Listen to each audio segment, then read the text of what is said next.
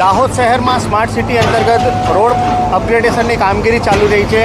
શહેરના જુદા જુદા વિસ્તારોમાં રોડ પહોળા કરવાની કામગીરી ચાલી રહી છે। ત્યારે વાત કરીએ ગોદી રોડની આ દ્રશ્યો જે સામે આવી રહ્યા છે, આ ગોદી રોડ પર હવે રસ્તો પહોળો કરવાની કામગીરી શરૂ કરવામાં આવી હતી। જે અંતર્ગત રસ્તામાં આવતા દબાણો પૈકી આ 4 દુકાનો, એક સુલભ શૌચાલય તેમજ એક પોલીસ ચોકી માર્ગમાં અવરોધરૂપ હોવાથી વહીવટીતંત્ર દ્વારા આજે ડિમોલેશનની કામગીરી હાથ ધરવામાં આવી છે। આ તસવીરો જે જોઈ રહ્યા છો આ ગોદી રોડ વિસ્તારની છે, જે જગ્યા ઉપર આજે વહીવટીતંત્રના સત્તાધીશો છે, પ્રાંત અધિકારી છે, ચીફ ઓફિસર યશપાલસિંહ વાઘેલા છે, નગરપાલિકાના સુધરાઈ સભ્યો છે, સાથે સાથે નગરપાલિકાના કર્મચારીઓ અને અધિકારીઓ પણ ઉપસ્થિત છે।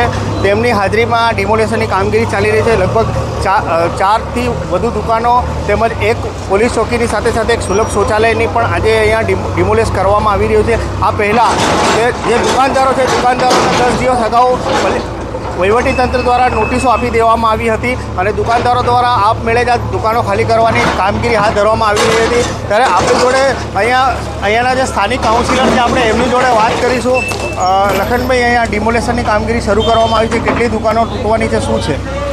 લગભગ 6 દુકાનો અહીં છે અને એક દુકાન આગળ છે અને પોલીસ ચોકી છે। આટલું તૂટવામાં છે। જ્યારે સ્માર્ટ રોડ બની રહ્યો છે, આ લોકોને નોટિસ અગાઉ શહેરમાં ડિમોલેશન થયું ત્યારે પણ જાણ કરવામાં જ આવી હતી, પણ કોઈ કારણસર આ રોડનું કામ વિલંબ થતાં અત્યારે જો કામ ચાલુ થયું છે તો એની સાથે ડિમોલેશનની કામગીરી ચાલુ કરવામાં આવેલ છે। અને આ જે રેલવેની ટિકિટ બારી છે એની બાજુમાં ગોદી રોડના રહીશો માટે જે પાર્કિંગની જગ્યા હોવી જોઈએ તે નહોતીને આ દબાણ હતું, એટલે તોડી અહીં રેલવે સ્ટેશન પર જતા લોકો માટે એક સારું પાર્કિંગ અને રિક્ષા સ્ટેન્ડ બનાવવામાં આવશે। અહીંયા એક સુલભ શૌચાલય અને પોલીસ ચોકી પણ આજે ડિમોલેશ થવા જઈ રહી છે। આનામાં પોલીસ ચોકીને અન્ય જગ્યાએ સ્થળાંતર કરવામાં આવી રહી છે। સુલભ શૌચાલયનું શું થશે? સુલભ શૌચાલયમાં એવું છે, હવે ઘર ઘર શૌચાલયની જે સ્કીમ હતી પ્રધાનમંત્રી દ્વારા એ પૂરી થયેલ છે। હવે દરેક ઘરે શૌચાલય છે જ। અને રેલવે સ્ટેશનમાં આ બાજુ પ્લેટફોર્મ ઇન્દોર માટેનું જે નવું રેલવે સ્ટેશન બની રહ્યું છે એનામાં આ બધી જ વ્યવસ્થાઓ રહેશે। એટલે અત્યારે હાલ આ જગ્યાની જરૂર હોય એને ડિમોલિશ કરવામાં આવશે। અને પોલીસ ચોકી અન્ય સ્થળ એટલે ચાકલિયા રોડ અંડરબ્રિજની પાસે જે નગરપાલિકાનું જૂનું ઓક્ટો નાકું છે એનામાં શિફ્ટ કરવામાં આવશે અને ત્યાં રિનોવેશન કરાવી અને તાત્કાલિક ધોરણે એ પોલીસ ચોકીને ત્યાં શિફ્ટ કરવામાં આવશે।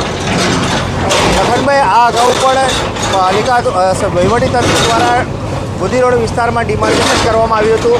લોકોએ આપમેળે પણ દબાણો તોડ્યા હતા। હવે પછી ગોદી રોડ પર કોઈ એવું દબાણ બાકી રહી જાય છે જે તોડવાનું રહી ગયો હોય? હવે પછી કોઈ દબાણ રહેતું નથી। બ્રિજની બાજુમાં જે 2-3 ઘરનું દબાણ છે એ લોકોએ એને નોટિસ મળતા એ લોકોએ સ્વેચ્છાએ તોડવાની વાત કરી છે અને એ લોકો રોડ બનતા પહેલાં તોડી આપશે એવી ખાતરી આપી છે। તો આપ જે દ્રશ્યો જોઈ રહ્યા છે દાહોદ શહેરના ગોદી રોડ વિસ્તારના હતા, જે જગ્યાઓ ઉપર આજે વહીવટીતંત્ર દ્વારા ડિમોલેશનની કામગીરી હાથ ધરવામાં આવી રહી છે। શહેરના ગોદી રોડનો એક લેન્ડમાર્ક હતો પોલીસ ચોકી, એ પોલીસ ચોકી પણ આજે ડિમોલેશ કરવા જઈ રહી છે અને એને અન્ય જગ્યાએ સ્થળાંતર કરવામાં આવી રહી છે। તેની સાથે સાથે આ જે રેલવેની ટિકિટ બારી છે, અહીંયા પાર્કિંગનો ઇસ્યુ હતો।